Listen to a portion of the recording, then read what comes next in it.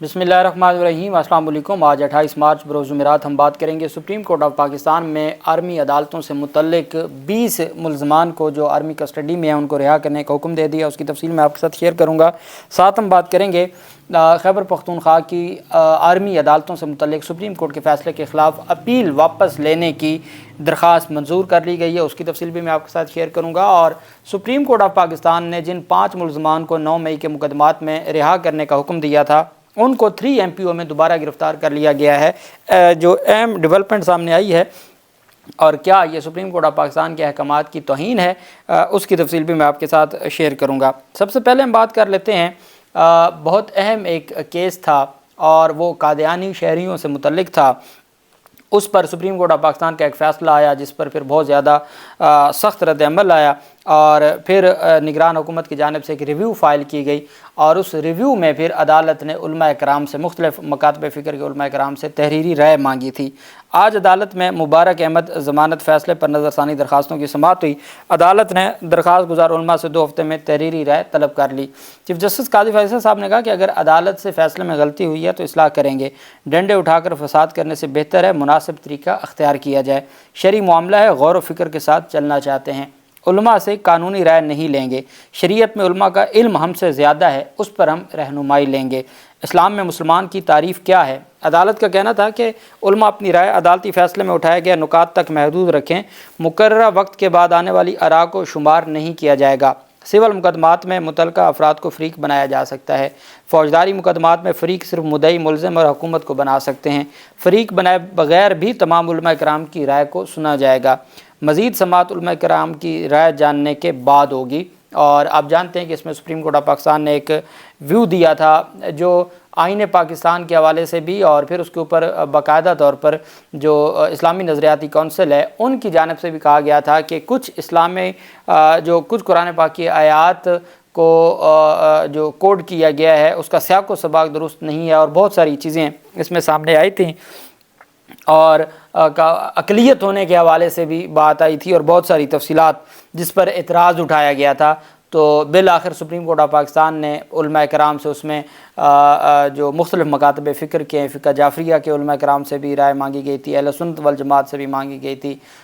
جو اہل حدیث مکتبہ فکر ہے ان سے بھی رائے مانگی گئی تھی۔ تو یہ اب سپریم کورٹ آف پاکستان نے کہا تھا، اور یہ بہت اچھا ہوا تھا چونکہ ایک معاملہ تھا جس کے اوپر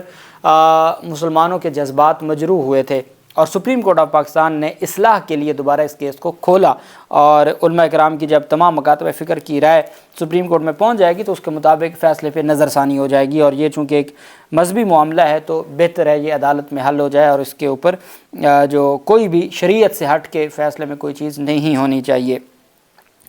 دوسری طرف سپریم کورٹ آف پاکستان نے جو تحریری فیصلہ جاری کیا ہے وہ تو انشاءاللہ کسی ویلاگ میں آپ کے ساتھ تفصیل سے شیئر کروں گا۔ 9 مئی مقدمات میں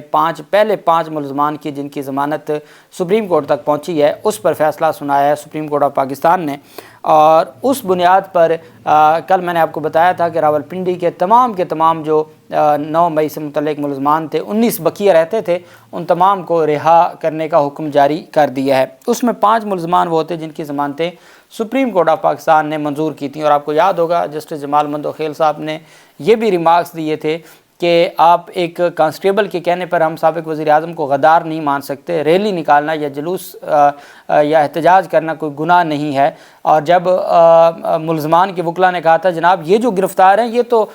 کسی سیاسی جماعت سے ان کا کوئی تعلق نہیں ہے، یہ تو اس احتجاج میں شامل ہی نہیں تھے، تو اس پر پھر جسٹس مندوخیل صاحب نے کہا تھا سیاسی جماعت کا ہونا کون سا گناہ ہے جو آپ اتنا بچنے کی کوشش کر رہے ہیں، سیاسی جماعت میں ہونا بھی کوئی گناہ نہیں ہے، اور جب آئین پاکستان حق دیتا ہے سیاسی جماعت بنانا، سیاسی جماعت میں شامل ہونا، احتجاج کرنا، جلسہ کرنا، جب یہ تمام فنڈامنٹل رائٹس ہیں، تو اس کے اب اگلی بات آ جاتی ہے کہ کیا وہاں سے CCTV فوٹیج ریکور ہوئی ہے، کیا وہاں پہ کوئی زخمی ہوا، کیا کسی سے کوئی اسلحہ برآمد ہوا، تو اس ساری چیزوں کا جواب ہے نو۔ اس بنیاد پر سپریم کورٹ آف پاکستان نے یہ فیصلہ دیا تھا۔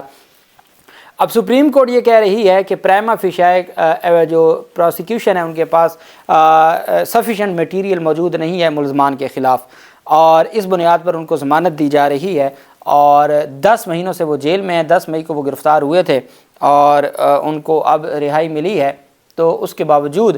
جب وہ رہا ہوئے تو رہائی کے فوراً بعد ان کو دوبارہ 16 MPO احکامات کے تحت DC راولپنڈی کے احکامات پر نوٹیفیکیشن پر ان کو گرفتار کر لیا گیا ہے۔ سپریم کورٹ آف پاکستان کے حکم پر رہائی کے بعد 16 MPO کے تحت DC راولپنڈی کے احکامات پر ان کو دوبارہ نظر بند کر دیا گیا ہے۔ 5 ملزمان کے خلاف راولپنڈی کے تھانہ نیو ٹاؤن میں 9 مئی کا مقدمہ درج ہے۔ ملزمان کو سپریم کورٹ سے ضمانت ملنے کے بعد گزشتہ رات اڈیالہ جیل سے رہا کیا گیا تھا۔ سپریم کورٹ نے 20 مارچ کو ملزمان کی ضمانت منظور کی تھی۔ انسداد دہشت گردی عدالت نے مچلقے جمع کرانے کے بعد رہا کرنے کا حکم دیا تھا۔ رہائی کے فوراً بعد ایاز عباسی، سیف اللہ سمیت 13 ملزمان کو دوبارہ حراست میں لیا گیا۔ گزشتہ روز سپریم کورٹ نے 5 اور انسداد دہشت گردی عدالت نے 19 ملزمان کی ضمانتیں منظور کرنے کے بعد ان کی رہائی کا حکم دیا تھا۔ اس میں سے 13 کو دوبارہ گرفتار کر لیا، جس میں سے 5 وہ ہیں جو سپریم کورٹ آف پاکستان کے فیصلے کے بعد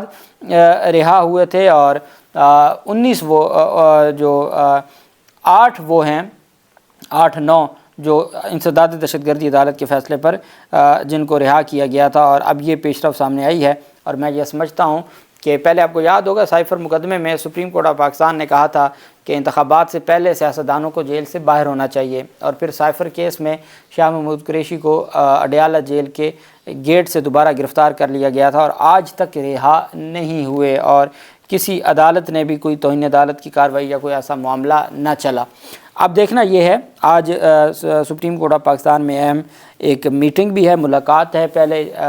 شہباز شریف کی، اس کے بعد فل کورٹ اجلاس ہے، اور کل رات کی جو خبر ہے کہ معاملہ اسکو نوٹس کی طرف، کل جو ساری ڈسکشن تھی اس میں اسکو نوٹس کی طرف معاملہ جا رہا تھا، اور اس وجہ سے کسی ایک نقطے پر جو معزز ججز ہیں وہ ان کا کنسنسس نہ ہو سکا، اور آج دوبارہ فل کورٹ اجلاس ہوگا اسلام آباد ہائی کورٹ کے 6 ججز کے خط پر۔ دوسری جانب سپریم کورٹ آف پاکستان میں فوجی عدالتوں سے متعلق جسٹس اعجاز الحسن صاحب کی سربراہی میں بینچ نے